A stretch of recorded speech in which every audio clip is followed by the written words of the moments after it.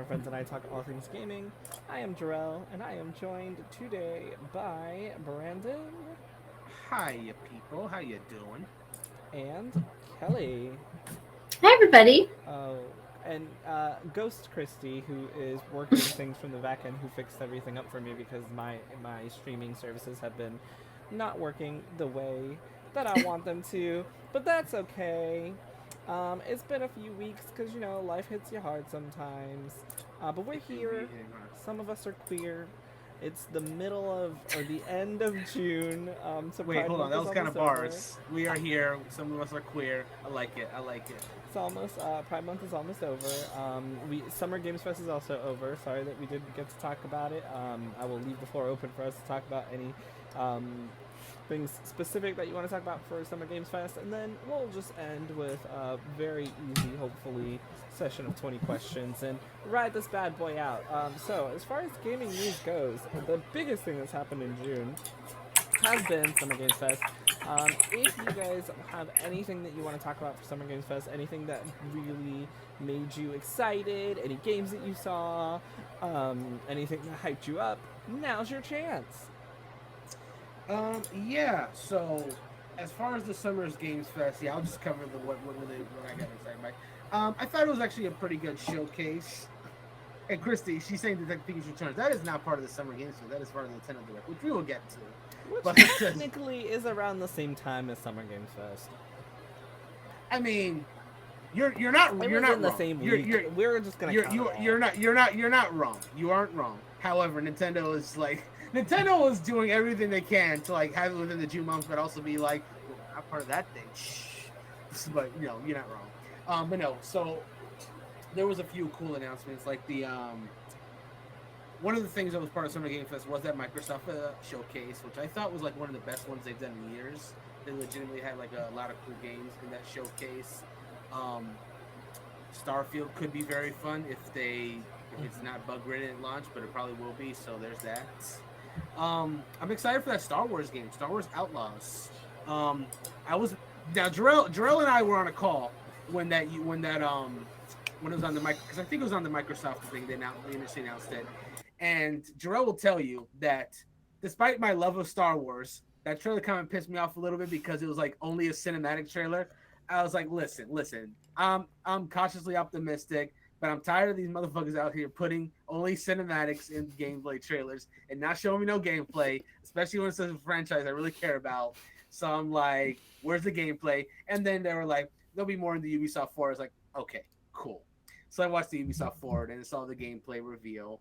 And I'm very excited for that now. I think that'll be a very fun game when it comes out next year. It's going for the open world thing. There will be decisions you can make. You can choose to take battle stealthily or guns a blazing. I think it'll be a lot of fun. I need to see a little more, but right now I'm very excited for it. Even Avatar's Frontiers of Pandora also looks pretty good. I like the approach they're going with it, where it's like a Navi that was trained by humans, so they use the skills of both humans and Navi. I think that's a very good approach for this game. Honestly, don't know if I'm going to get it yet. I still think I need to see more of that one as well. But it's looking a lot better than I thought it was going to be. I think the concept is pretty cool. Prison Persia looks pretty good. Yeah, no, just those are the main highlights. Sonic Superstars could be cool too. And are we including the Nintendo Direct, or is that going to be separate for real? Well, damn it! Now I got to pull up the list. But Super Mario Brothers Wonder, I will say, is probably I'm more excited for Super Mario Brothers Wonder than I have been for any 2D Mario game lately because they all been kind of stale lately. Not gonna lie, but Wonder definitely looks like it's gonna be a lot of fun. Excited for that.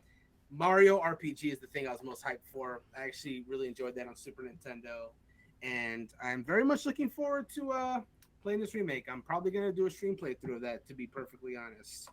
Pokemon DLC, glad we finally saw a little bit more of it. It's coming sooner than we expect, which is nice. Excited for Persona 5 Tactica. I'm definitely playing that on Switch. That got announced like sooner, but I'm sorry, I forgot to mention Persona 3 Reload next year. That'll be cool too. Yeah. That's I think that's pretty. I think I've covered the ones that I really wanted to talk about. So whoever wants to take the floor next is welcome to. If something comes up, I will chime in, but I'm good for now. Well, for me, it was a great summer game fest. I think a lot of games were announced. I think everybody had something for like everyone. I can really say I've enjoyed games this year, and I'm looking forward to what's coming up. I can only remember 4 games from the whole thing, of like all 3 days, which should tell you something, people. If your game is not, if I can't remember it, I wasn't good enough. One of them that I remember was Foam Stars, just because we all thought it was just another Splatoon, but apparently our wonderful friends who've gone and played it have said that it's way better than just a Splatoon clone. Mm-hmm. The other one was that cat game. I don't know what it's called. It's like the pirate cats. It was the cutest thing I've ever seen in my life. Yeah, and I want Cat to play Quest of the Caribbean or something like yeah, that. yeah, Pirates of the Caribbean or something. Like the best game ever invented, ever. 100%. I need that game. I'm The other looking up the title two, right now. I found out that along with everyone else, that Princess Peach is getting her own game finally, and I was like, why has it taken so long? I'm super excited to play the singular Peach game and her magical girl Glory. Sorry, if I may interrupt for a brief second. This is apparently a series, Cat Quest. Oh. This is just the latest game in this series, because there's a Cat Quest 2, Cat Quest 3, and the fourth one is called Cat Quest Pirates of the Caribbean. As it should be. That's how you get people. Oh man, I didn't know.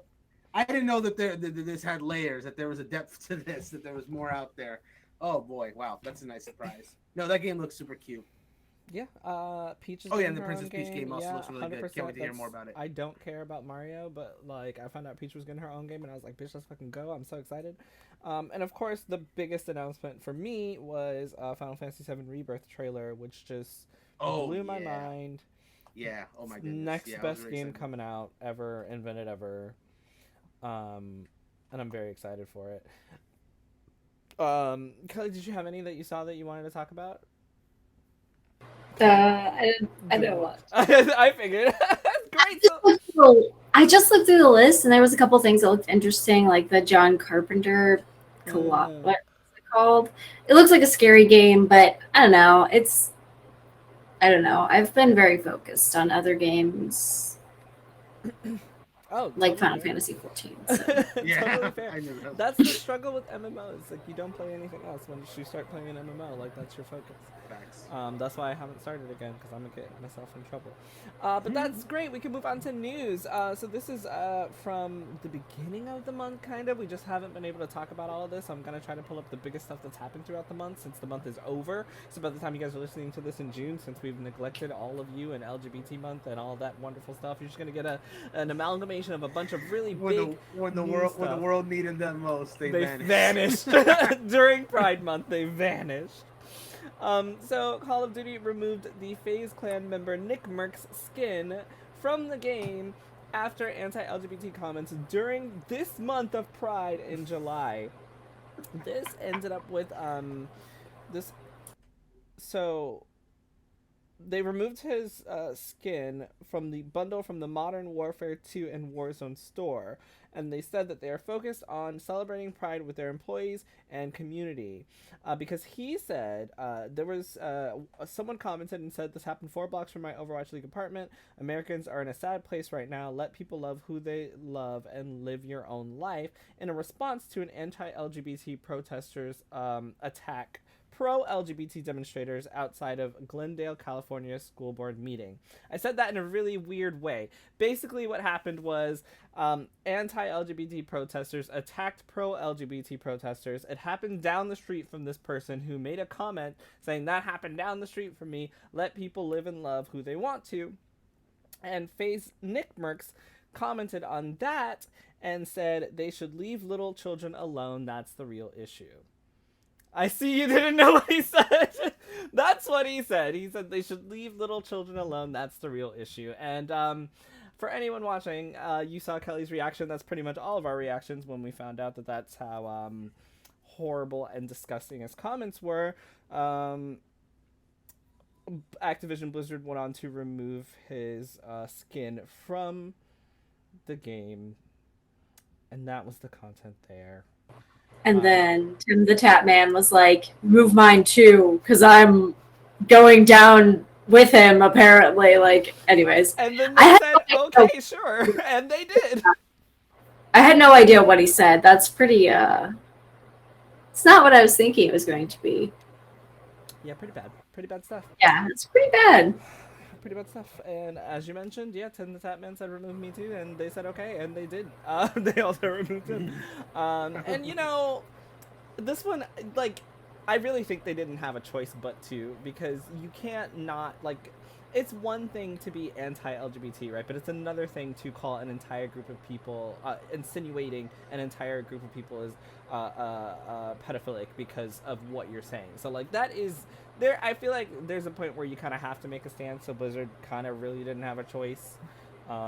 Plus, they decided to do this Overwatch 2 event, their LGBT Pride Overwatch 2 event, which they didn't do. A lot of people were mad because they didn't do it worldwide, because there were a lot of countries that they didn't run the event in because there are countries that are anti-LGBT, which is so interesting to me that you can, because a lot of Overwatch 2 fans were like, hey, this is the game that has the most LGBT representation, like, we were expecting this is what we were looking forward to, and if I can't celebrate out loud, I could at least celebrate in a game that I love. But then they couldn't even do that, so it's been rough. Yeah, do you guys have anything to say on that before I move on? It's pretty shocking, but good on them for making the right move. That's pretty much all I got on that. Well, on a lighter note, data shows that most Switch owners are women, and as you can expect, on a less lighter note, gamers reacted very poorly to that information. But yeah, most Switch owners are women. It reveals that 45% of Xbox owners and 41% of PS5 owners are also female as well. That is, first of all, one, awesome.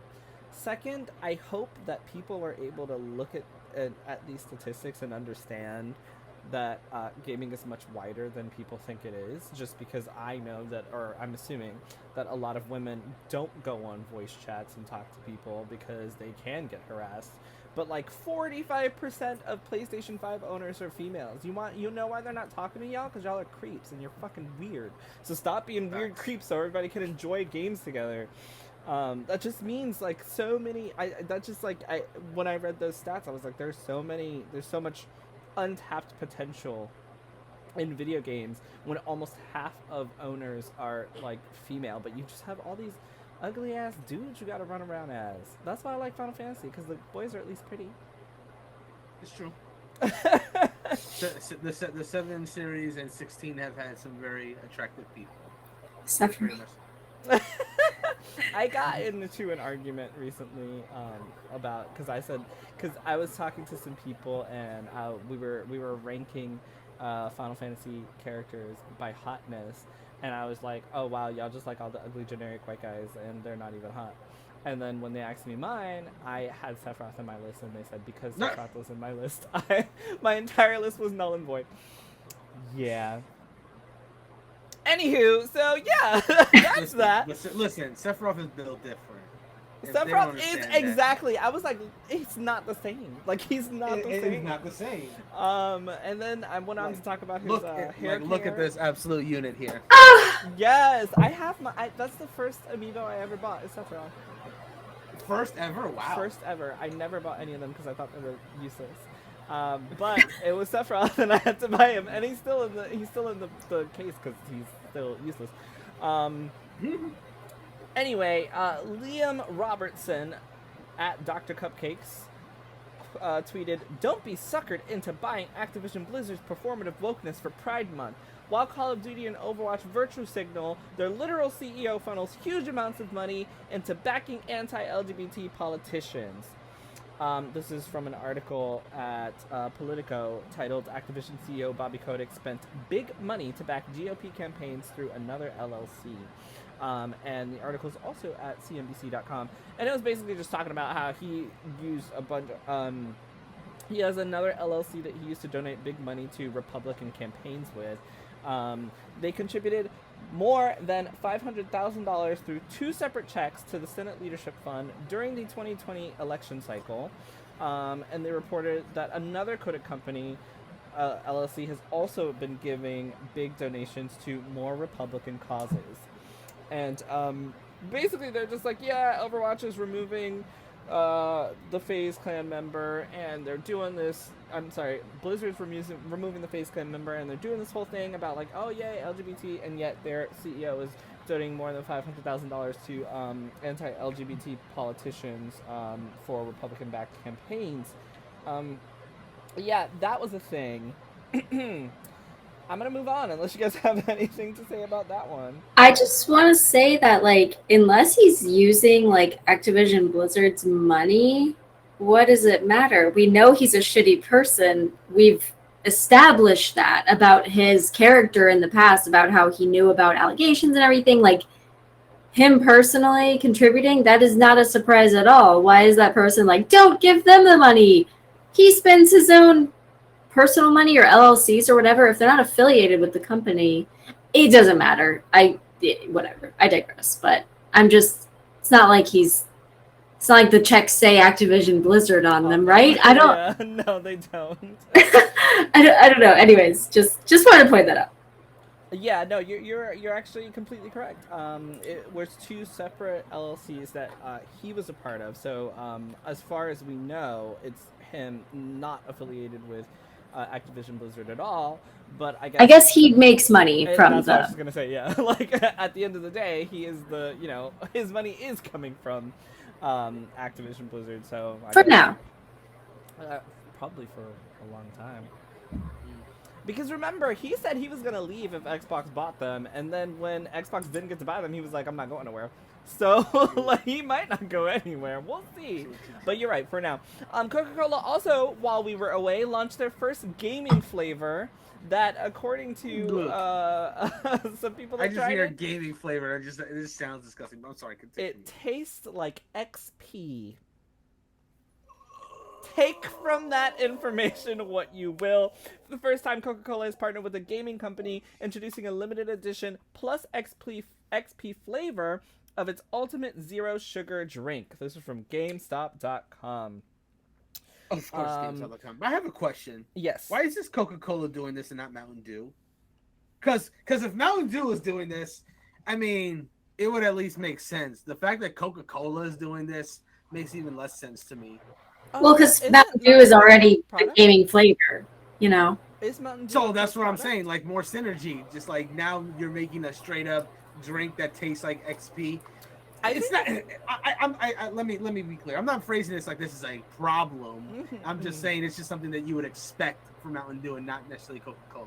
I think what Kelly's saying is that because Mountain Dew is already an established like gaming flavor, so you would you can't just use it again. I think that's what so what you're saying is like Coca-Cola is like, oh man, we're losing mind share on this gaming on the gamers drink. Well, yeah, because Mountain Dew, I think, is owned by Pepsi, and Pepsi and Coke are rivals. I mean, I only go by the shape of the bottles, and Mountain Dew and Pepsi have the same shaped bottle, and Coke is like a different one. Like Sprite and Coke, like there's different ones. Like Coke makes Dasani water.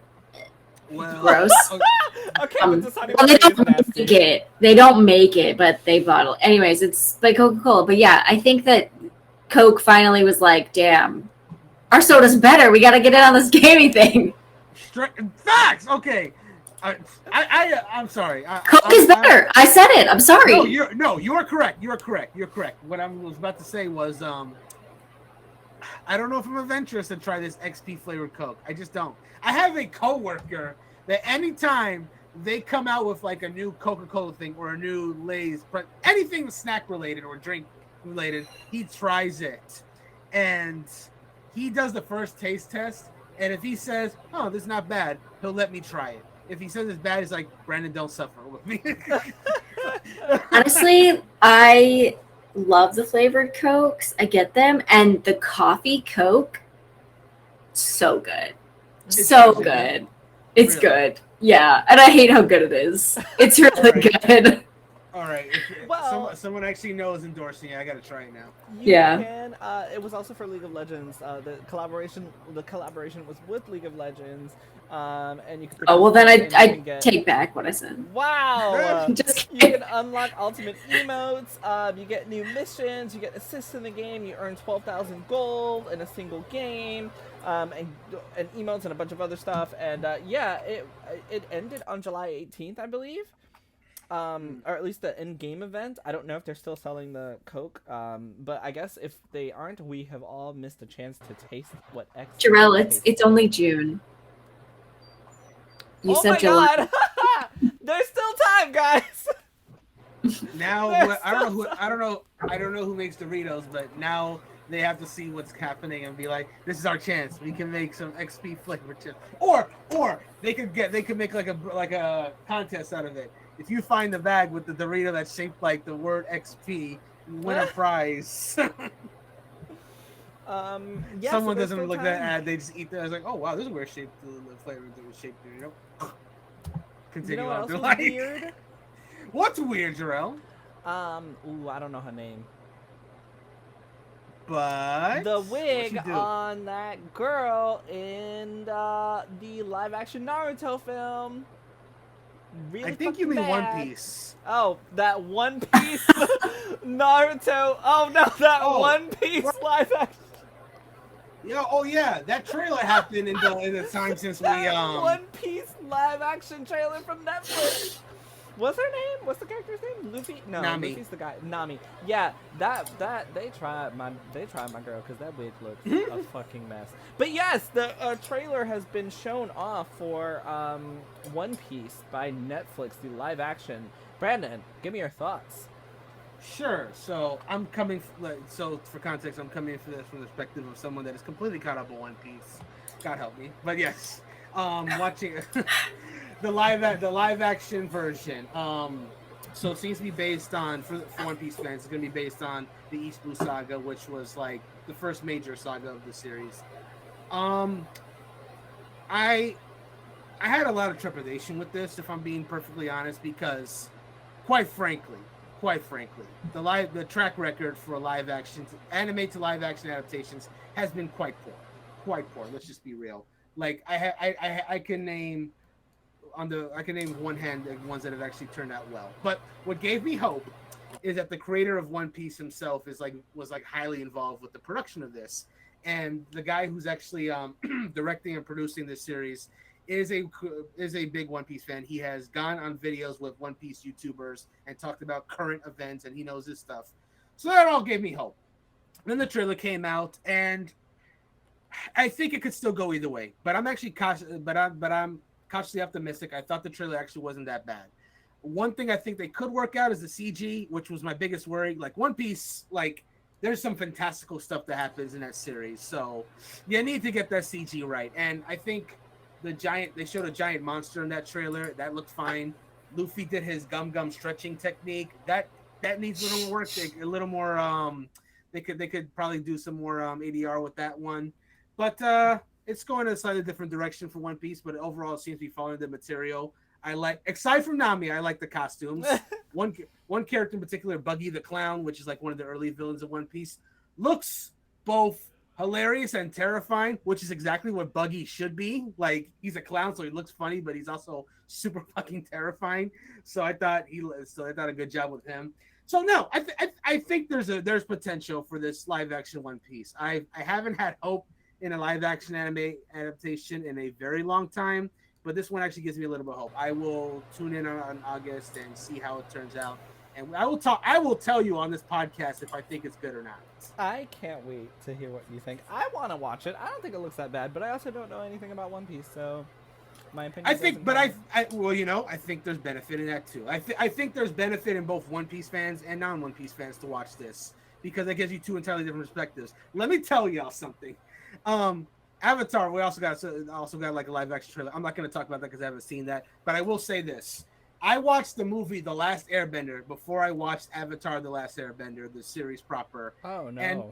And initially I saw the movie, I was like, that was all right. It was okay. And then a few years later I watched the series and like, oh shit, that movie was trash. That was garbage. Like when I realized like what they had done, I'm like, oh my god, what? Ah. Yeah. So there's that. I It's hope just it doesn't hard to. Sorry, go Sorry. ahead. I was just gonna say, I just hope that it doesn't become a product that the only people who can enjoy it are not One Piece fans. Is I guess where I'm going at. What were you gonna say, Kelly?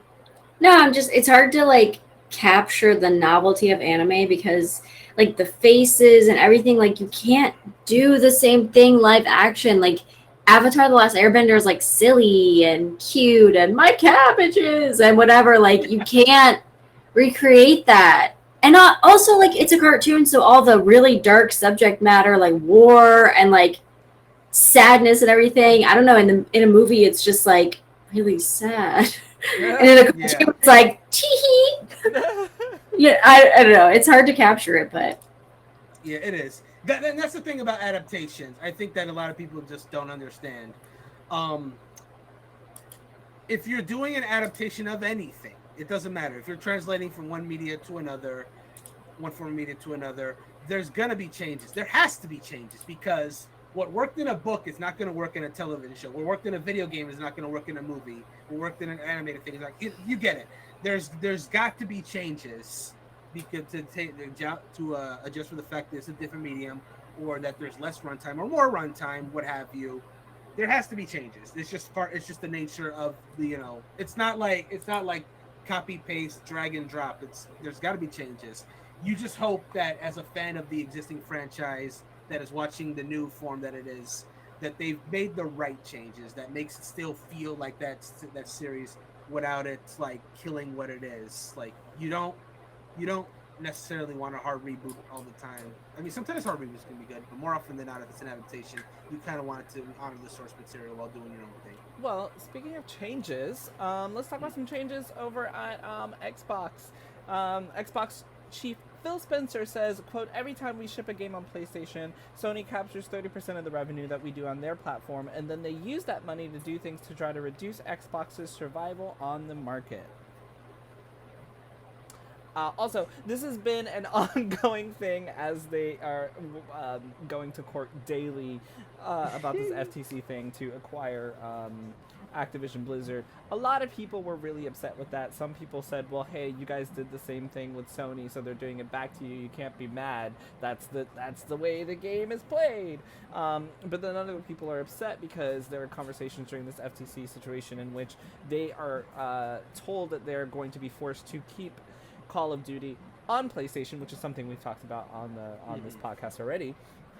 And he's saying, look, if I'm forced to keep these games on there, 30% of the revenue that they make that they're keeping is going to be then sent to more exclusive games that they get to keep that we don't get any revenue from. So it's kind of not fair. Also, court documents have revealed that Bethesda executives are frustrated at being told to make their games Xbox exclusives when Call of Duty was remaining on PlayStation. I know that we talked about, specifically, I think there's a story in here that I have on the docket, which I might not get to because we're running out of time, but I think there's a story on here that talks about how Starfield was also originally meant to come on PlayStation and Xbox before the Bethesda acquisition. I could be wrong, don't quote me on that. But this goes Wasn't that the quote? Like, it was just like, Phil Spencer found out that Starfield's going to be a PS5 exclusive. It was like, oh, hell no, give me Bethesda. Oh, I don't know. That's what I thought. Like, for a little behind baseball for everyone watching the podcast, we do have like a podcast notes channel where we just like gather what we're going to be talking about in the podcast. And I thought that's what I read on that chat, that it was just like when Phil Spencer found out about, Starfield being exclusive, that he just straight up Bethesda. Also, while you're looking that up, there are a few messages that came up on chat that I'll just read out real quick. Flocker is on chat. He said that movie was an absolute disgrace, referring to The Last Airbender, saying Last Airbender show is S tier, The Last Airbender movie, negative F tier. Yikes. And saying if you need to carry a torch to be able to firebend, scrap the whole movie. Can't agree more. Also, an earlier message, Chrissy, when we were talking about Sephiroth, said he used an entire bottle for his bottle of shampoo for his hair. That's canon, by the way. Yep. That is 100% canon. Sephiroth used an entire bottle of shampoo for his hair. Crisis Core side quest confirmed that. I'm like, god damn. That's how he keeps that hair so luscious, I guess. But yeah, this is very similar to Arcane's frustration with being purchased, and they were making Redfall for also PlayStation, and then being told to scrap it because you can only make it for Xbox. Bethesda is now just like, why is Call of Duty special? They weren't clear why its owners' approach to Activision was the complete reverse of their policy for Starfield and The Elder Scrolls 6. And they just want to they want to understand what the difference is. And there were court emails that revealed that Bethesda was confused at Microsoft's special treatment for Call of Duty, as opposed to their situation with Starfield and The Elder Scrolls. And of course, you're gonna make less money when you're not on both consoles. Period. You're gonna have less players. You're gonna make less money, and what time is it? 8:24. Thank you. So yeah, it looks as if nobody at Microsoft told Bethesda beforehand of its non-exclusivity policy for Call of Duty, and they're not very happy about it. I wouldn't be either, knowing that your game was going to be multi-platform and then it wasn't. It's like, well, we're stuck to one platform now, but hey, at least that's happening everywhere else. And then you find out it's what not. What the fuck? Yes. Why aren't we on PlayStation? My money! Says Bethesda, Todd Howard, I guess. I feel like I would be upset if I was Bethesda, but I don't think that they're on the same level as Call of Duty. I mean, no, you're right. it's basically a household name. I mean, people that don't even know any video games know Call of Duty. Oh yeah, you're right about that. But I agree with Bethesda. They should definitely be on all platforms because you just make more money. I guess they're gonna use that as their ace in the hole to sell consoles. Microsoft is. I don't know why they would make them exclusives, but I think it's just kind of funny that they're we want the same treatment. Oh, honey, no. We acquired you for so much less. I don't know. I also think about this. You're 100% right about everything you said, Kelly. That Call of Duty is a household name that even non-gamers know what that is. But not for nothing. It's obviously not as big, but Elder Scrolls does carry quite a name. Well, I would say Skyrim more than Elder Scrolls. Yeah.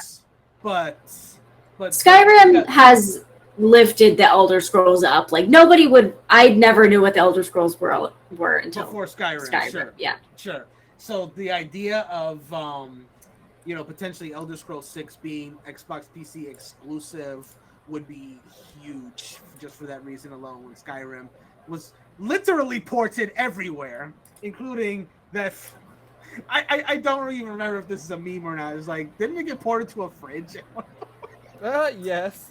There wasn't an Alexa port for Skyrim. That is actually real. That's real. It's not obviously the same game. Basically, you Alexa talks to you, and you basically have to say commands to make almost like a radio game kind of. Orc comes attacks you. How do you respond? And then he says use X. Roll for initiative, and it basically plays it almost like it's a Dungeons & Dragons type game. So it's obviously It's obviously not Skyrim technically, but it plays by in the Skyrim world kind of. So, but it exists. There's an Alexa Skyrim port. That's amazing. That's a cool not to kind of change the subject, but that would be so cool for accessibility. Yeah. You can talk to the game. That would be amazing. I mean, that would just be. Why is no one funding this? What the hell? Why are we not funding this?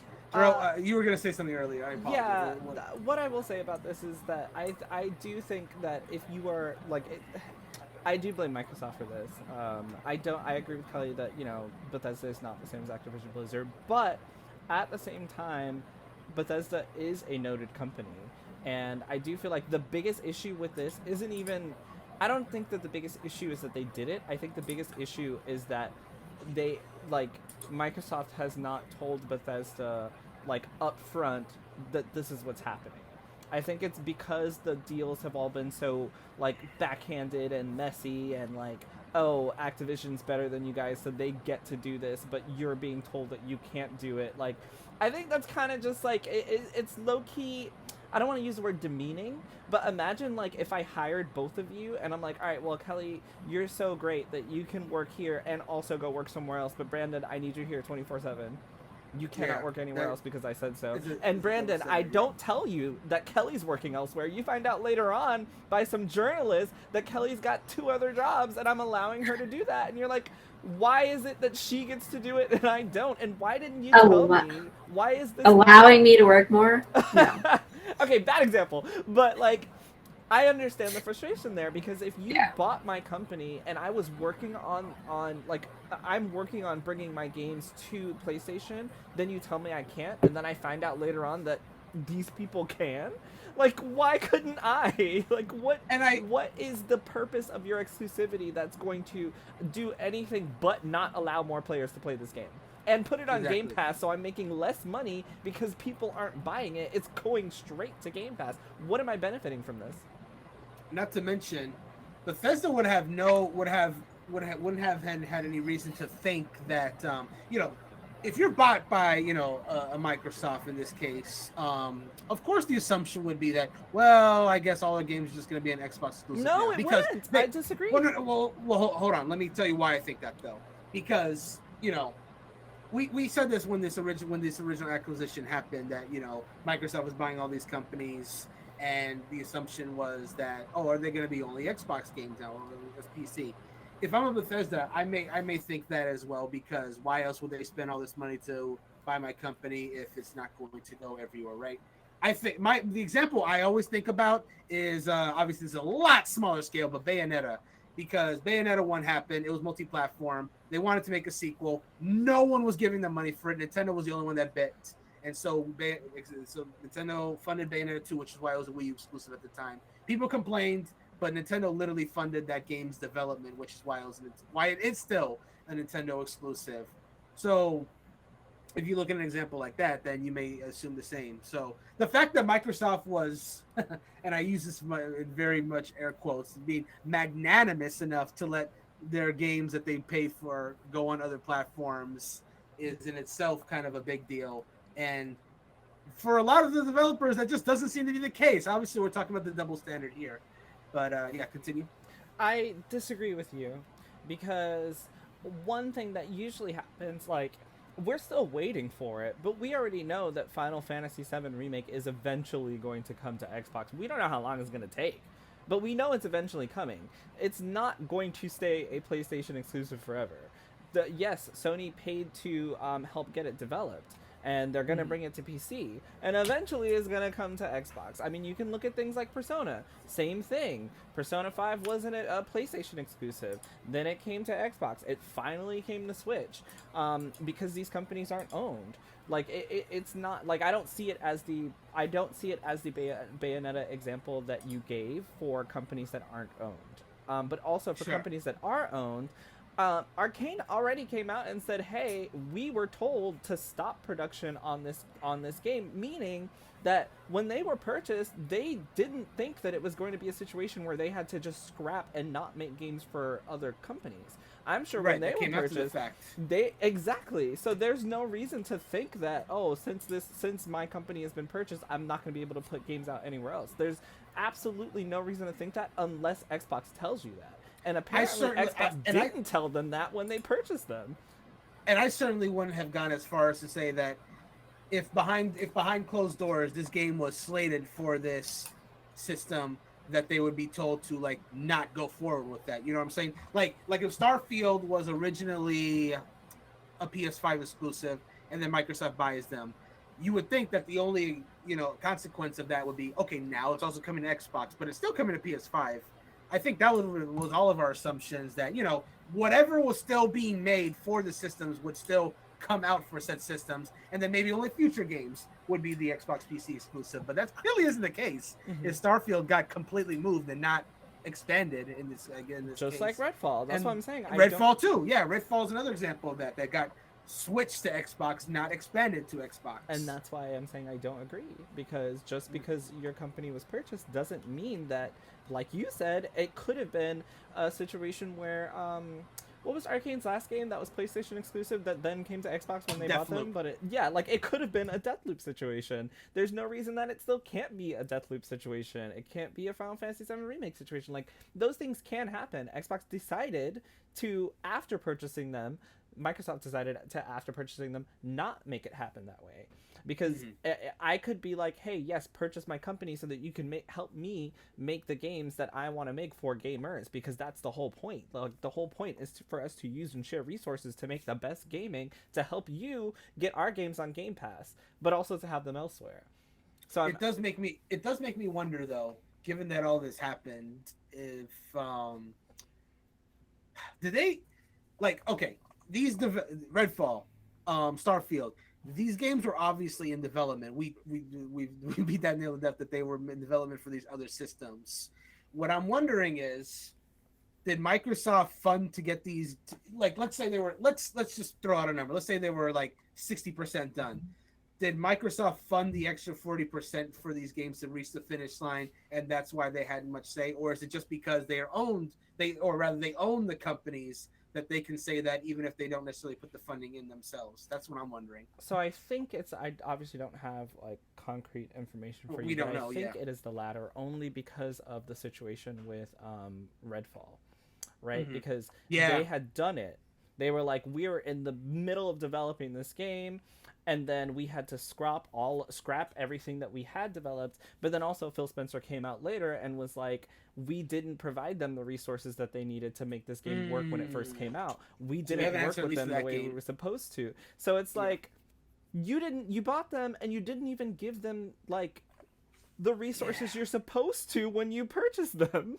And that's literally the worst case scenario. Redfall is the worst case scenario because they used the fact that they bought them to dictate where this was coming from without giving the resources. And that was the whole thing that we said. That was the whole thing. I was like, okay, it's coming on less platforms. But hey, now they have Microsoft funding to get these. They didn't do it. They didn't give them the funding to help the game either come out faster or come out more polished. None of that. It's just like, and then they had to come out and apologize. He literally had to come out and say, this is our fault because we didn't do what we said we were going to do. That they were supposed to get. So, like, no. I think does that answer your question? More or less. and it answers my question as far as Redfall. We're going to have to wait for Starfield to come out to see if it's the case for that as well. But if that game has been in development for as long as it is, I don't know. I don't know how much money Microsoft would have put into this game. Well, I guess we'll see. But we'll find out soon if it's a typical Bethesda joint or if it feels like it has the Microsoft money behind it. We'll see soon.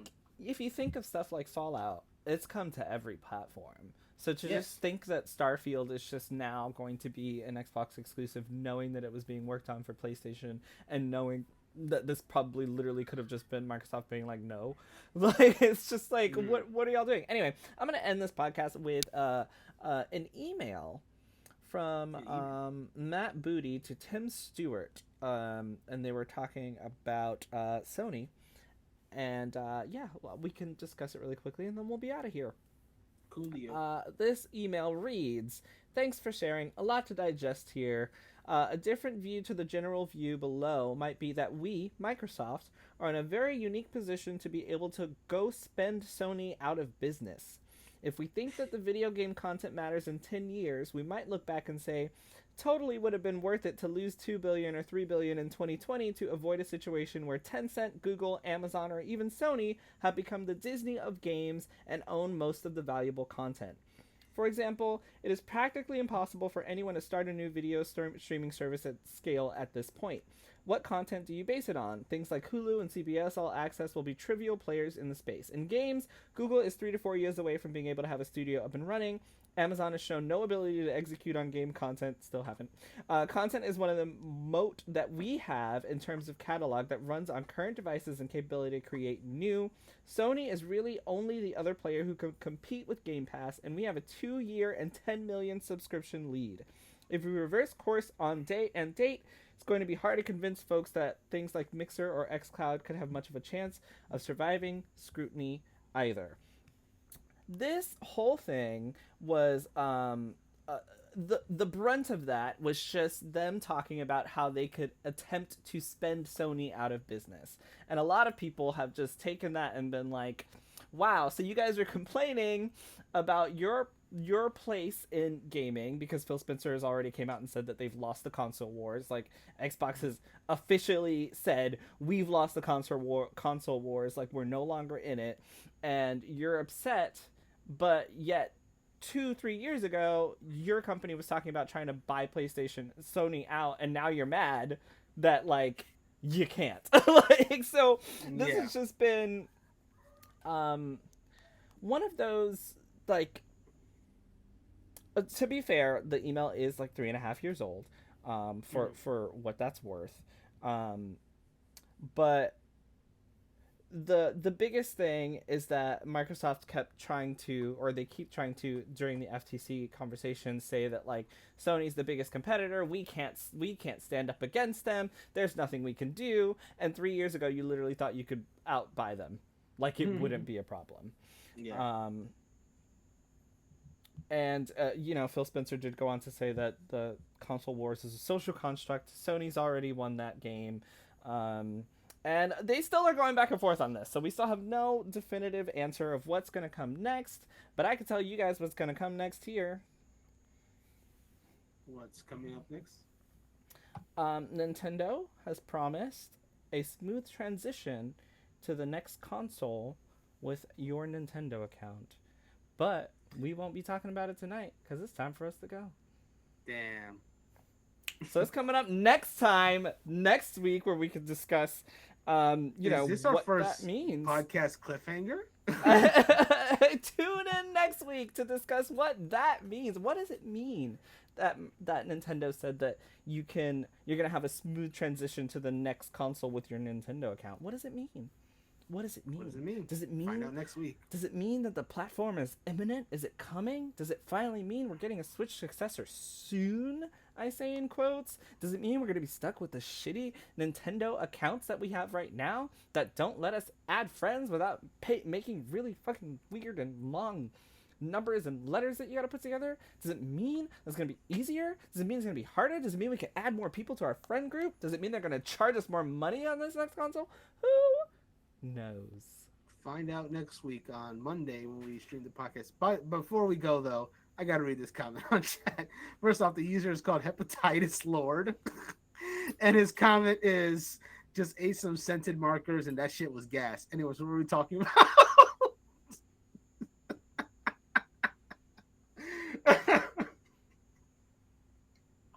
Apparently, scented markers are good. Hey, Kelly endorsed Coca-Cola coffee early on this podcast. Maybe scented markers are in fact gas. Listen, I don't endorse nobody eating no scented markers. Don't do that to yourself. Don't go and be like, I heard it on a stream and I started eating scented. No, don't do that. Don't do that. You don't do these things.